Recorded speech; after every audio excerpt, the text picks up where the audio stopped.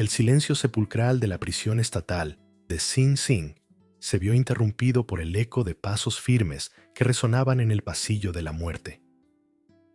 Era una fría mañana de octubre de 1953 y el aire estaba cargado de una tensión palpable. Los guardias escoltaban a una mujer de mediana edad hacia su destino final, la silla eléctrica. Su nombre era Elena Martínez, una inmigrante puertorriqueña de 42 años, condenada por el asesinato de su esposo, un crimen que había conmocionado a la opinión pública y dividido a la sociedad. Elena caminaba con la cabeza en alto, su pelo negro recogido en un moño apretado, sus ojos oscuros fijos en un punto distante. A pesar de su compostura exterior, su mente era un torbellino de emociones y recuerdos. ¿Cómo había llegado a este momento? Cómo una mujer que una vez soñó con una vida mejor en América se había convertido en la primera mujer hispana condenada a la pena capital en el estado de Nueva York. Mientras se acercaba a la habitación donde se llevaría a cabo la ejecución, Elena reflexionaba sobre los acontecimientos que la habían llevado a este punto. Recordaba vívidamente el día que llegó a Nueva York, llena de esperanza y determinación. Había dejado atrás una vida de pobreza en San Juan, con la promesa de un futuro brillante en la tierra de las oportunidades. Los primeros años habían sido difíciles pero llenos de promesas. Conoció a Antonio, un hombre encantador y ambicioso que parecía compartir sus sueños. Se casaron rápidamente y por un tiempo todo parecía perfecto. Consiguieron trabajos en una fábrica textil, ahorraron dinero y finalmente pudieron mudarse a un pequeño apartamento en el Bronx. Elena incluso comenzó a tomar clases nocturnas de inglés, determinada a integrarse plenamente en su nuevo hogar. Pero la realidad pronto demostró ser muy diferente de sus sueños. Antonio comenzó a beber en exceso y su personalidad cambió drásticamente. Las discusiones se volvieron más frecuentes y violentas. Elena soportó años de abuso físico y emocional, siempre con la esperanza de que las cosas mejorarían, siempre creyendo en las promesas vacías de cambio de Antonio. Una noche, todo cambió. Elena regresó a casa después de su turno en la fábrica para encontrar a Antonio en un estado de embriaguez furioso. Él la acusó de infidelidad, una acusación completamente infundada. La discusión escaló rápidamente y antes de que Elena pudiera reaccionar, Antonio la tenía contra la pared, sus manos alrededor de su garganta. En ese momento, Elena vio su vida pasar ante sus ojos. ¿Moriría así, a manos del hombre que una vez juró amarla y protegerla? En un acto desesperado de autodefensa, Elena logró alcanzar un cuchillo de cocina. Lo que sucedió después fue un borrón en su memoria. Cuando finalmente recuperó la conciencia, Antonio yacía inmóvil en el suelo y sus manos estaban cubiertas de sangre. El juicio que siguió fue un circo mediático. Los periódicos sensacionalistas pintaron a Elena como una mujer fatal, una inmigrante que había seducido y luego asesinado a sangre fría a su marido trabajador. Pocos se molestaron en investigar la historia de abuso y aquellos que lo hicieron fueron rápidamente silenciados. El fiscal del distrito, ansioso por hacer un ejemplo, presionó por la pena máxima. A pesar de los esfuerzos de su abogado de oficio, un joven idealista llamado David Cohen, Elena fue declarada culpable y condenada a muerte. El veredicto envió ondas de choque a través de la comunidad hispana y provocó debates acalorados sobre la justicia, la inmigración y la violencia doméstica. Ahora, mientras se acercaba a la puerta de la cámara de ejecución, Elena se preguntaba si alguien entendería alguna vez la verdad de su historia. ¿Había alguien que pudiera ver Más allá de los titulares sensacionalistas y las mentiras, alguien que pudiera ver a la mujer asustada y desesperada que había actuado para salvar su propia vida. Los guardias se detuvieron frente a una puerta de metal pesado. Uno de ellos, un hombre de mediana edad con ojos cansados, miró a Elena con una mezcla de lástima y curiosidad. ¿Tiene alguna última declaración, señora Martínez?, preguntó con voz ronca. Elena respiró profundamente, cerrando los ojos por un momento. Cuando los abrió de nuevo, había una determinación feroz en su mirada. Sí, dijo con voz clara y firme. Tengo algo que decir. Las puertas se abrieron, revelando una pequeña habitación dominada por una silla de madera masiva con correas de cuero. Un grupo de testigos, entre ellos periodistas, funcionarios de la prisión y el joven abogado David Cohen, observaban en silencio desde detrás de una ventana de vidrio. Mientras Elena era conducida hacia la silla, su mente volvía a los momentos cruciales de su vida. Recordó a su madre, una mujer fuerte que había criado sola a 5 hijos en los barrios pobres de San Juan. Recordó las historias que su abuela le contaba sobre sus antepasados taínos, orgullosos guerreros que nunca se rindieron ante los conquistadores españoles. Y recordó la promesa que se hizo a sí misma cuando abordó ese avión hacia Nueva York, que sin importar lo que pasara, nunca perdería su dignidad. Los guardias comenzaron a asegurarla a la silla, apretando las correas alrededor de sus muñecas y tobillos. Elena no opuso resistencia, pero mantuvo su mirada fija en los testigos detrás del cristal. Vio la mezcla de emociones en sus rostros: curiosidad, horror, lástima e incluso, en algunos, un destello de duda. Fue entonces cuando el capellán de la prisión se acercó a ella. Era un hombre mayor, con el pelo blanco y una expresión de profunda tristeza en su rostro arrugado. ¿Desea recibir los últimos ritos, hija mía?, preguntó en voz baja. Elena negó con la cabeza. No, padre, pero agradezco su amabilidad. Su voz era firme, sin rastro de miedo. El director de la prisión dio un paso adelante. Elena Martínez ha sido condenada a muerte por el estado de Nueva York por el asesinato en primer grado de Antonio Martínez. ¿Tiene alguna última declaración antes de que se lleve a cabo la sentencia? Elena respiró profundamente. Sus ojos recorriendo las caras de los testigos una vez más antes de posarse en el joven David Cohen, quien parecía estar al borde de las lágrimas. Fue entonces cuando comenzó a hablar, su voz clara y resonante en la pequeña habitación. Estoy aquí hoy, no porque sea una asesina, sino porque soy una sobreviviente. Durante años, soporté golpes, insultos y humillaciones en silencio, creyendo que era mi deber como esposa, como mujer. Vine a este país buscando una vida mejor, pero encontré un infierno en mi propio hogar. La noche que maté a Antonio, no lo hice por odio o venganza. Lo hice porque, por primera vez en mi vida, elegí vivir.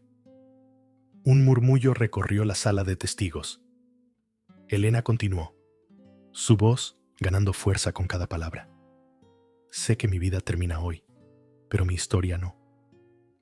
A todas las mujeres que están ahí fuera, atrapadas en situaciones como la mía, les digo, no están solas. No se rindan. Luchen por su dignidad, por su derecho a vivir sin miedo. Y a esta sociedad que me ha juzgado sin conocerme, les digo, abran los ojos. El verdadero crimen no es lo que hice para sobrevivir, sino el sistema que me obligó a hacerlo. Las palabras de Elena resonaron en la habitación, dejando a todos los presentes en un silencio atónito. Incluso los guardias, acostumbrados a las últimas súplicas y declaraciones de inocencia, parecían conmovidos. Mi muerte no traerá justicia, concluyó Elena, pero espero que abra los ojos de alguien, que mi historia sirva para que ninguna otra mujer tenga que elegir entre su vida y la ley. Que Dios los bendiga a todos. Con estas palabras, Elena cerró los ojos y se preparó para su destino.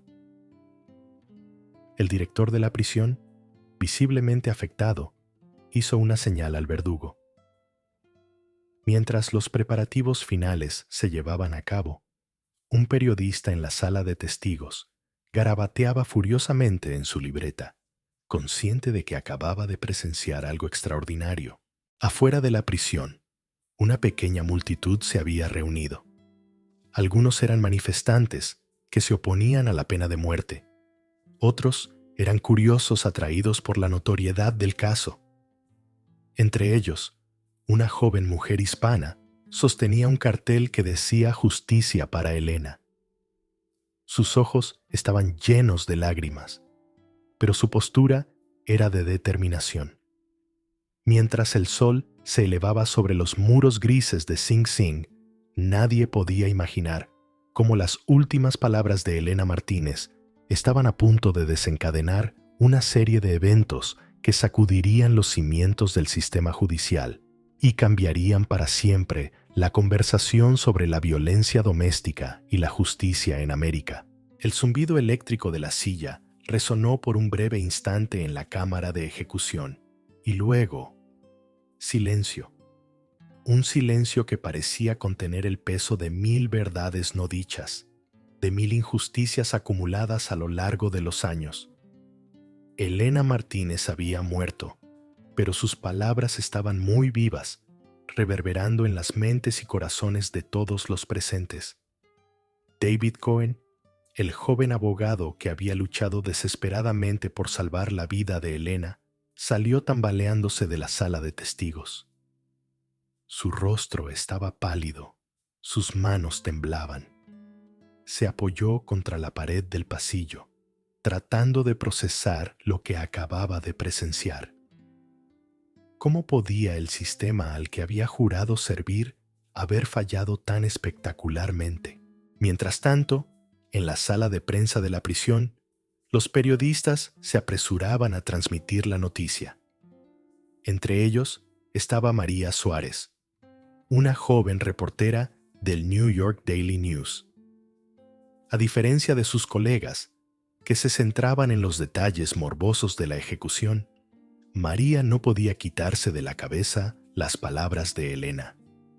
Había algo en su historia que resonaba profundamente con ella, algo que iba más allá de los titulares sensacionalistas. ¿Qué harías si estuvieras en mi lugar?, se preguntó María, recordando la valentía de Elena en sus últimos momentos. Con determinación, tomó una decisión que cambiaría su vida y la de muchos otros. Investigaría a fondo la historia de Elena Martínez, sin importar a dónde la llevara. Los días siguientes fueron un torbellino de actividad. Mientras los periódicos principales se contentaban con repetir la narrativa oficial del caso, María comenzó a cavar más profundo. Viajó al Bronx, al vecindario donde Elena y Antonio habían vivido. Habló con vecinos, compañeros de trabajo, cualquiera que pudiera arrojar luz sobre la verdadera naturaleza de su relación. Lo que descubrió la dejó horrorizada. Una tras otra, las personas con las que habló pintaron un cuadro de abuso sistemático y terror. Una vecina, Rosa Gómez, le contó entre lágrimas cómo a menudo escuchaba los gritos y golpes provenientes del apartamento de los Martínez. Quería ayudar, dijo Rosa, pero tenía miedo. Todos teníamos miedo de Antonio. María se preguntó, ¿cuántas otras Elenas hay ahí fuera, atrapadas en situaciones similares, sin voz y sin esperanza? Mientras tanto, el caso de Elena había comenzado a generar ondas en círculos más amplios. Grupos de derechos de las mujeres y organizaciones contra la violencia doméstica comenzaron a organizar protestas, exigiendo una revisión del caso y una reforma del sistema judicial. En las calles de Nueva York, carteles con el rostro de Elena y sus últimas palabras comenzaron a aparecer. David Cohen, impulsado por un sentimiento de culpa y determinación, decidió presentar una apelación póstuma. Sabía que las probabilidades estaban en su contra, pero las palabras de Elena lo perseguían. No puedo traerla de vuelta, pensó, pero tal vez pueda asegurarme de que su muerte no sea en vano. A medida que la investigación de María avanzaba, comenzó a descubrir irregularidades en el juicio original de Elena. Testigos clave que nunca fueron llamados a declarar. Evidencia de abuso que fue suprimida. Un fiscal del distrito más interesado en ganar que en la justicia. Cada nueva revelación era como una pieza de un rompecabezas macabro, revelando una imagen de injusticia sistémica. Fue entonces cuando María hizo un descubrimiento impactante. En una visita al archivo del tribunal, encontró un sobre sellado entre los documentos del caso. Dentro había una carta, escrita por Elena la noche antes de su ejecución. La carta detallaba años de abuso, culminando en la noche fatídica cuando Elena finalmente se defendió. Pero lo más sorprendente era que la carta nombraba a varias figuras prominentes de la comunidad que habían sido testigos del abuso y no habían hecho nada. María se dio cuenta de que tenía en sus manos una bomba de tiempo. Publicar esta información no solo podría exonerar póstumamente a Elena, sino que también sacudiría los cimientos del poder en la ciudad. ¿Qué harías si tuvieras el poder de exponer la verdad, pero supieras que podría poner en peligro tu carrera e incluso tu vida? Se preguntó. Decidida a seguir adelante, María comenzó a trabajar en un artículo que expondría toda la verdad sobre el caso de Elena Martínez.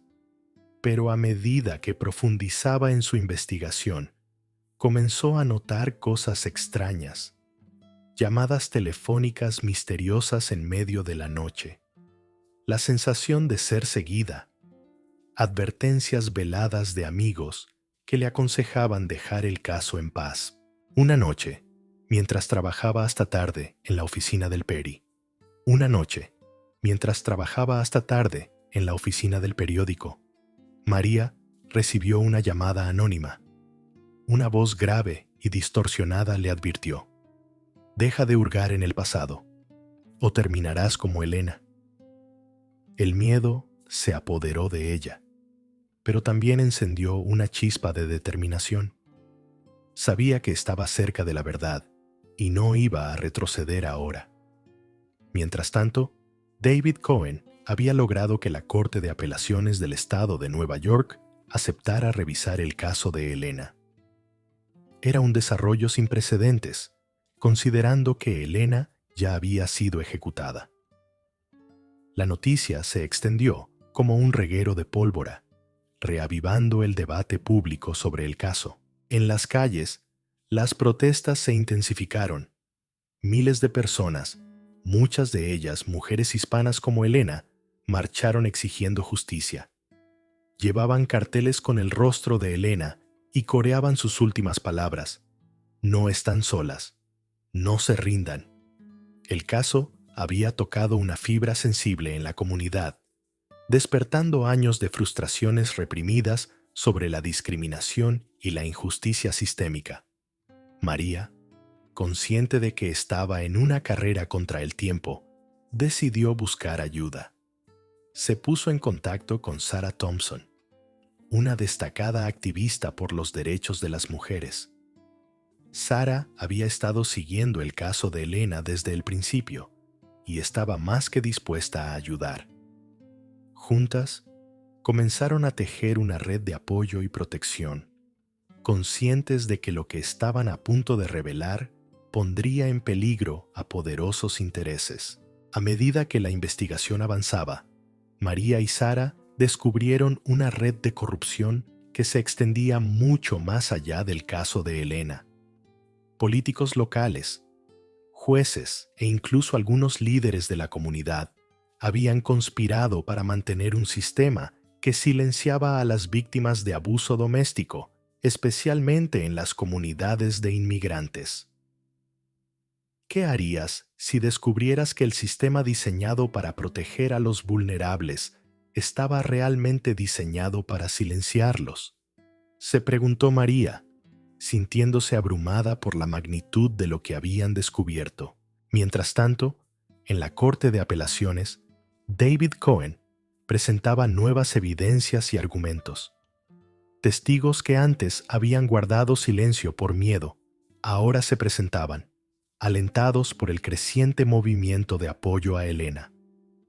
El abogado argumentó apasionadamente que Elena había sido víctima no solo de su esposo abusivo, sino también de un sistema judicial que había fallado en protegerla. La tensión en la ciudad alcanzó su punto máximo cuando María finalmente publicó su artículo, titulado Las últimas palabras de Elena. Una historia de injusticia y redención.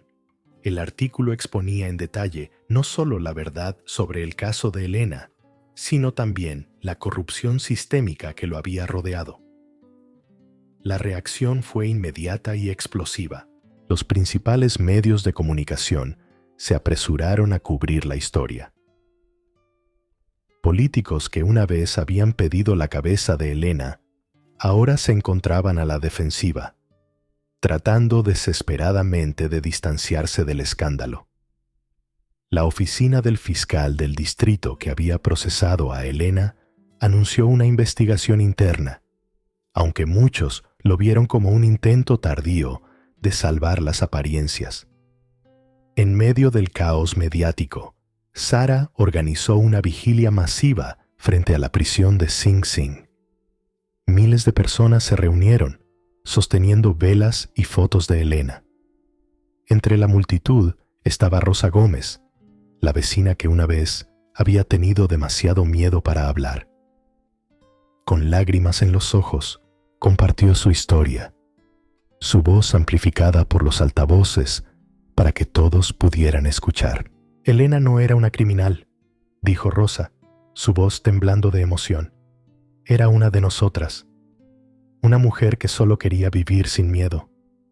Hoy estamos aquí para decir que ya no tendremos miedo, ya no guardaremos silencio. La vigilia se convirtió en un punto de inflexión. Mujeres de todas las edades y orígenes comenzaron a compartir sus propias historias de abuso y supervivencia. Lo que había comenzado como justicia para Elena se estaba convirtiendo en un movimiento mucho más amplio, un grito colectivo por el cambio. Mientras la presión pública aumentaba, la Corte de Apelaciones finalmente emitió su decisión. En un fallo histórico, anularon la condena de Elena Martínez. El juez principal, en una declaración emotiva, admitió que el sistema había fallado no solo a Elena, sino a incontables otras víctimas de abuso doméstico. La justicia llegó tarde para Elena Martínez, dijo el juez, pero que su caso sirva como un llamado a la acción. Debemos hacer mejor. Debemos ser mejor. La exoneración póstuma de Elena desencadenó una serie de reformas. Se establecieron nuevos protocolos para casos de violencia doméstica. Se aumentó la financiación para refugios y programas de apoyo, y se implementaron programas de capacitación obligatorios para la policía y los fiscales sobre cómo manejar casos de abuso. María, cuyo artículo había sido fundamental para exponer la verdad, se encontró en el centro de una tormenta mediática. Recibió amenazas, pero también un aluvión de apoyo. Mujeres de todo el país le escribían, agradeciéndole por dar voz a sus experiencias. Tu valentía me dio el coraje para dejar a mi abusador, decía una carta. Gracias por contar la historia de Elena. Es también mi historia. David Cohen, por su parte, se convirtió en un defensor incansable de la reforma del sistema de justicia penal. Estableció una fundación en nombre de Elena para proporcionar asistencia legal a víctimas de abuso doméstico que no podían permitirse representación. Un año después de la ejecución de Elena, se inauguró un memorial en su honor en un parque del Bronx. Era una estatua sencilla pero poderosa. Una mujer con los brazos extendidos, rompiendo cadenas invisibles. A sus pies, una placa con las últimas palabras de Elena.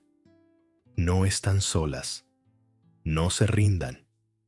El día de la inauguración, María se encontró de pie frente al memorial, reflexionando sobre el viaje que la había llevado hasta allí. Una mujer se le acercó, una joven hispana con un bebé en brazos. ¿Eres María Suárez?, preguntó la mujer. Cuando María asintió, la mujer continuó. Quería agradecerte.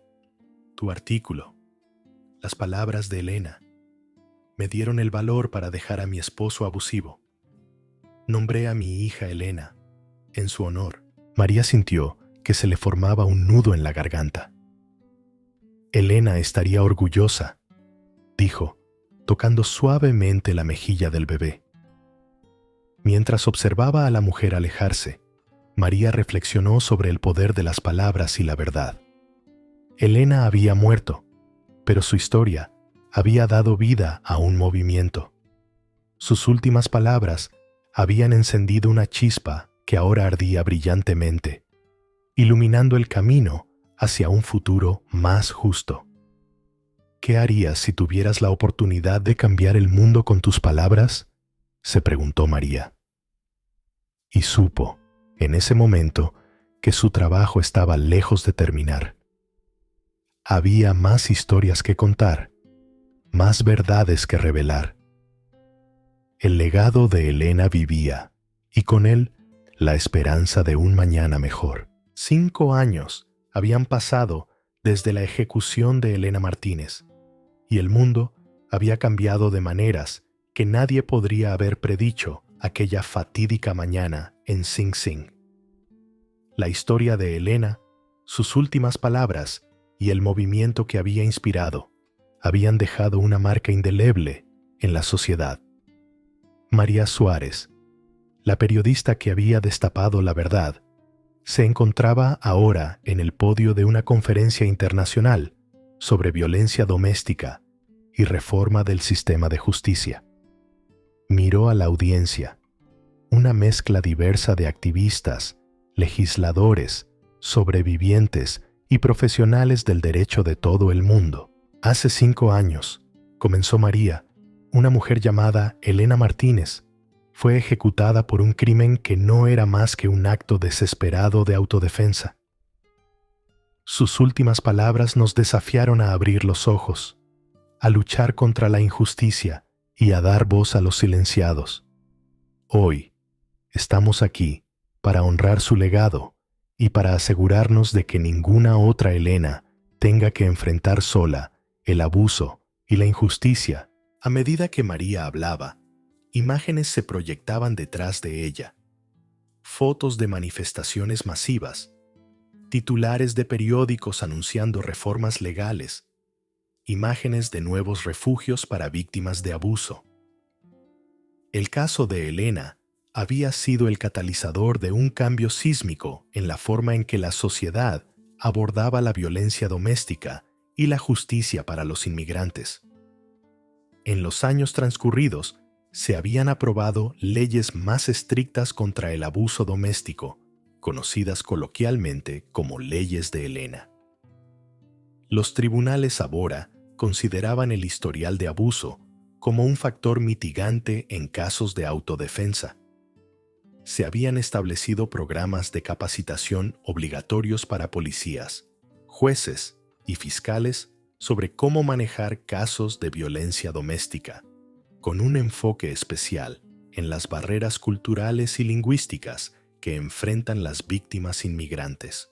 Pero quizás el cambio más significativo había sido cultural. La historia de Elena había abierto una conversación nacional sobre el abuso doméstico, rompiendo el silencio y la vergüenza que durante mucho tiempo habían rodeado el tema. Mujeres de todas las esferas de la vida se habían sentido empoderadas para compartir sus propias experiencias, creando una red de apoyo y solidaridad que trascendía las fronteras de clase y etnia.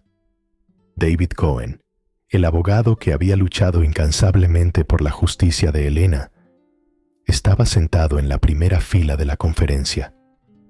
Había encanecido prematuramente, las arrugas alrededor de sus ojos testimonio de años de lucha, pero había una chispa en su mirada, un fuego que el caso de Elena había encendido y que seguía ardiendo con intensidad.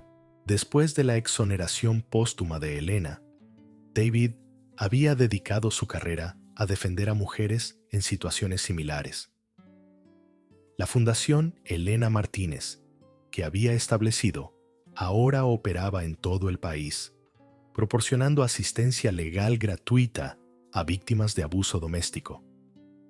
Había ganado docenas de casos, salvando a mujeres de destinos similares al de Elena. Mientras escuchaba a María hablar, David reflexionó sobre cómo un solo caso, una sola vida, podía tener un impacto tan profundo. ¿Qué harías si pudieras volver atrás y cambiar el resultado?, se preguntó. Pero sabía que la pregunta era inútil. No podían cambiar el pasado, pero habían cambiado el futuro para incontables mujeres. Entre el público también estaba Sarah Thompson, la activista que había trabajado con María para exponer la verdad. Sarah ahora dirigía una organización nacional de defensa de los derechos de las mujeres inmigrantes. Bajo su liderazgo, se habían establecido líneas directas multilingües, programas de educación comunitaria y redes de apoyo en comunidades de inmigrantes en todo el país. Cuando María concluyó su discurso, un estruendoso aplauso llenó la sala. Pero el momento más poderoso estaba por llegar. María hizo una pausa, tomó un respiro profundo y luego anunció: Hoy tenemos con nosotros a alguien muy especial, Elena Martínez Jr., la hija de la mujer cuya historia nos reunió a todos aquí. Un silencio expectante cayó sobre la audiencia cuando una joven mujer se levantó de su asiento y se dirigió al podio. Elena Jr. era la viva imagen de su madre, los mismos ojos oscuros y penetrantes, la misma determinación en su postura. Tenía solo 5 años cuando su madre fue ejecutada, pero había crecido conociendo su historia, convirtiéndose en un símbolo viviente del legado de Elena. Mi madre murió luchando por su vida y su dignidad, comenzó Elena Jr., su voz clara y firme. Pero sus últimas palabras no fueron de derrota. Fueron un llamado a la acción, un desafío para todos nosotros. Hoy estoy aquí para decirles que ese llamado ha sido escuchado. Elena Jr. compartió cómo, inspirada por el sacrificio de su madre, había dedicado su vida a la defensa de los derechos de las mujeres y los inmigrantes. Se había graduado de la Facultad de Derecho y ahora trabajaba como abogada de derechos civiles, representando a mujeres en situaciones similares a las que su madre había enfrentado. Cada vez que entro a una sala de tribunal, dijo Elena Jr., llevo conmigo la fuerza de mi madre. Cada vez que ayudo a una mujer a escapar del abuso, siento que estoy honrando su memoria. La justicia llegó demasiado tarde para mi madre, pero su lucha continúa a través de todos nosotros. Mientras Elena Jr. hablaba, María no pudo evitar pensar en lo lejos que habían llegado. La joven que estaba ante ellos era la prueba viviente de que el cambio era posible, de que la justicia, aunque a veces lenta, podía prevalecer. Al concluir la conferencia, María, David, Sarah y Elena Jr. se reunieron en privado. Había un sentimiento agridulce en el aire, una mezcla de triunfo y tristeza. Habían logrado tanto, y sin embargo, el costo había sido incalculable. ¿Qué creen que diría Elena si pudiera vernos ahora?, preguntó Sarah, rompiendo el silencio. Elena Jr. sonrió suavemente. Creo que estaría orgullosa, dijo, no solo de lo que hemos logrado, sino de que no nos rendimos, de que sus palabras no cayeron en oídos sordos. María asintió, sintiendo un nudo en la garganta. Sus últimas palabras cambiaron el mundo, dijo. Nos desafiaron a ser mejores, a luchar más duro, a no conformarnos con la injusticia. David, que había estado en silencio, finalmente habló. Elena nos enseñó que la justicia no es solo algo que sucede en los tribunales.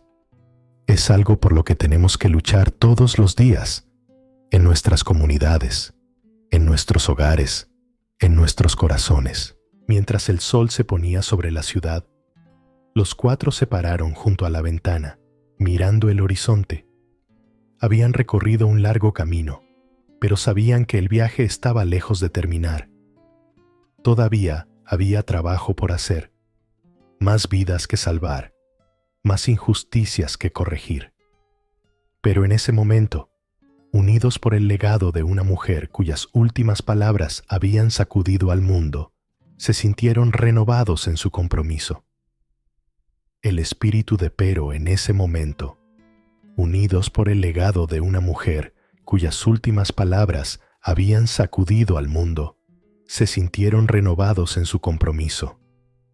El espíritu de Elena Martínez vivía en cada uno de ellos, en cada vida que habían tocado, en cada ley que habían cambiado. María miró a sus compañeros y sintió una oleada de gratitud y determinación. Entonces, dijo, con una sonrisa desafiante, ¿qué hacemos ahora? Elena Jr. se irguió, sus ojos brillando con la misma determinación que una vez había ardido en los de su madre. Seguimos luchando, respondió, por cada mujer que aún vive con miedo, por cada niño que crece en un hogar abusivo, por cada inmigrante que se siente sin voz. La historia de mi madre no termina aquí. Es solo el comienzo. David asintió, sacando un folder de su maletín. Tengo un nuevo caso, dijo. Una mujer inmigrante, acusada de asalto contra su esposo abusivo. Las leyes de Elena nos dan una oportunidad real de ganar esto, de salvar otra vida. Sara sonrió, poniendo una mano en el hombro de David. Y mientras tú peleas en los tribunales, nosotros seguiremos luchando en las calles, en los pasillos del poder, en cada comunidad que podamos alcanzar. Los cuatro se miraron, un entendimiento tácito pasando entre ellos. Habían sido forjados por el fuego de la injusticia, unidos por una causa común y transformados por el poder de unas últimas palabras que se negaron a ser silenciadas. Mientras salían de la sala de conferencias y se dirigían hacia un futuro incierto pero lleno de posibilidades, las palabras de Elena Martínez resonaban en sus mentes. No están solas. No se rindan y no lo harían. Por Elena, por todas las Elenas del mundo, seguirían luchando, porque sabían que cada palabra dicha, cada acción tomada, cada vida salvada, era un testimonio del poder duradero de la verdad y la justicia. El sol se había puesto completamente ahora, pero en la oscuridad una nueva luz brillaba. Era la luz de la esperanza, la luz del cambio, la luz de un legado que se negaba a ser extinguido. Mientras caminaban juntos hacia la noche, María reflexionó una última vez. ¿Qué harías si tuvieras la oportunidad de cambiar el mundo? Y supo, con una certeza inquebrantable, que la respuesta era simple. Lo harías. Una palabra a la vez, una vida a la vez, un día a la vez. La historia de Elena Martínez había terminado, pero su impacto apenas comenzaba. Y en las vidas que tocó, en las leyes que cambió, en los corazones que inspiró, sus últimas palabras vivirían para siempre. ¿Te ha conmovido la historia de Elena Martínez? No dejes que su legado se desvanezca. Comparte esta historia con otros. Sé la voz de aquellos que no pueden hablar por sí mismos. Y si quieres seguir explorando historias que desafían, inspiran y cambian el mundo, no olvides suscribirte a nuestro canal. Juntos, podemos asegurarnos de que las últimas palabras de Elena sigan resonando, inspirando el cambio y la justicia para las generaciones venideras. Deja tu like, suscríbete y acompáñanos en la próxima historia que sacudirá tu perspectiva del mundo.